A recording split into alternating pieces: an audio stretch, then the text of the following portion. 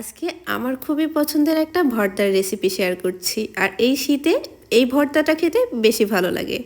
By the way, আমি ইলোরা, থাকছি ইলোরা সহজ রেসিপি থেকে। আজকে দেখাবো বেগুন পোড়া ভর্তা। গ্রাম অঞ্চলে তো সবার বাসায় মাটির চুলা থাকে, শহরে তো মাটির চুলা দেখাই যায় না।